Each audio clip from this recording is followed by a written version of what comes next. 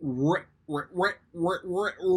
League Podcast. Tell your friends, tell your neighbors, tell your family, tell your haters. Available on Spotify, Anchor, Radio Public, Google Podcast, Breaker, and Stitcher. At Rec League Podcast on Facebook, YouTube, and Instagram. At Rec League Pod on Twitter. Episode 19 coming soon. Yo, whether you watching this from Facebook, Twitter, click the link in my Instagram or YouTube itself. What up, world? So I just watched Shaft, which is the fifth movie in the Shaft franchise. I'm not going to try to classify it because it could be the fourth sequel to the 1971 Shaft. It could be the sequel to the 2000 Shaft, which was kind of a reboot of the 71 Shaft, and this one's kind of a reboot of both of those.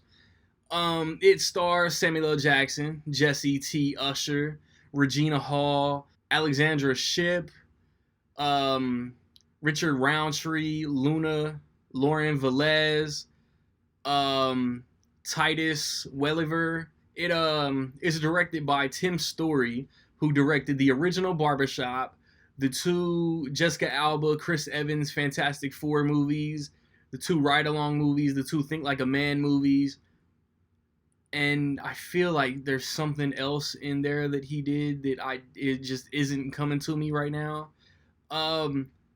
If you want to get a shout out in my review of either Child's Play or a Toy Story 4, stay tuned to the end of the video to figure out how you can do that.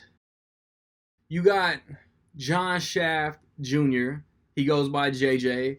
There is a prelude that sets up the dynamic of the movie, basically, and something happens within, something illegal goes down, and Jesse T. Usher, JJ, John Shaft Jr., it's your son, John Shaft Jr.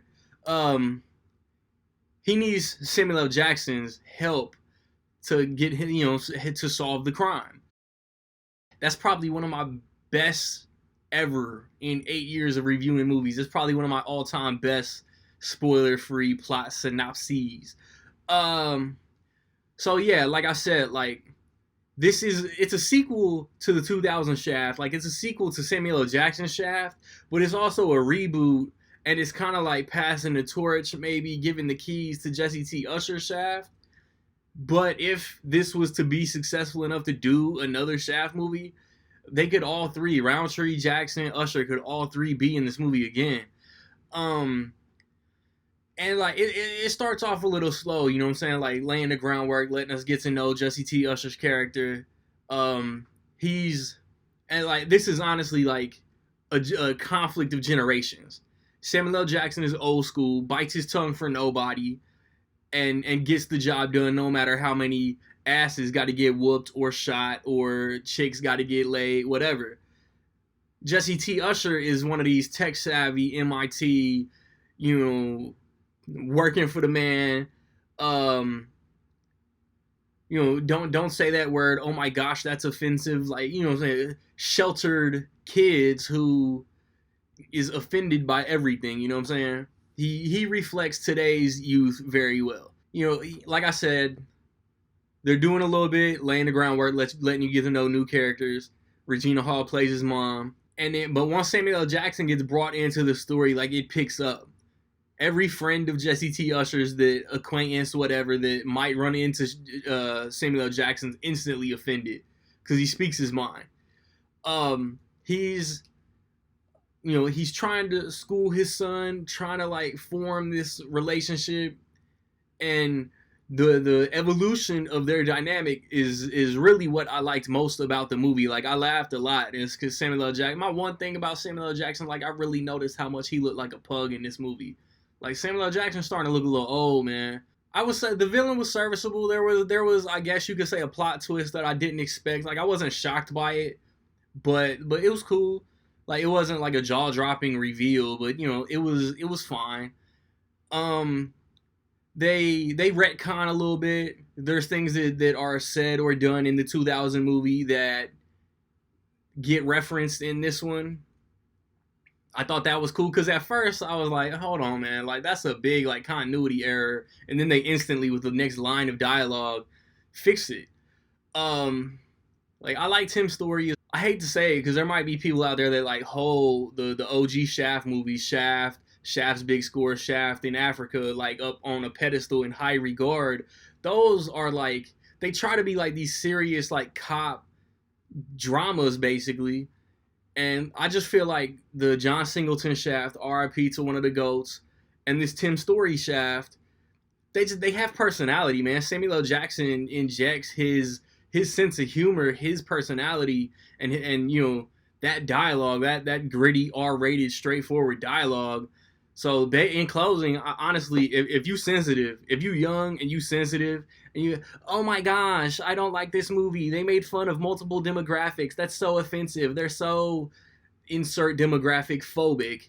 Then this just ain't your movie. If you're gonna be one of these like hipster lames that get on Letterboxd and trash this movie, like just don't go see it. Like it's not for you.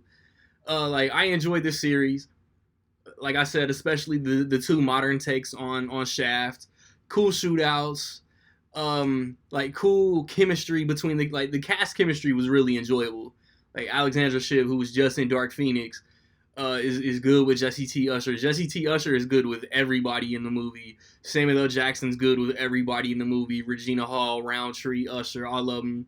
And like I really enjoyed this movie. I would not be mad at a sequel.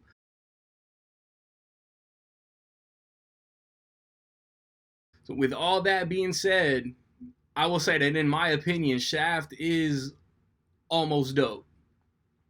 Have you seen Shaft? How many of the Shaft movies have you seen? There's five total.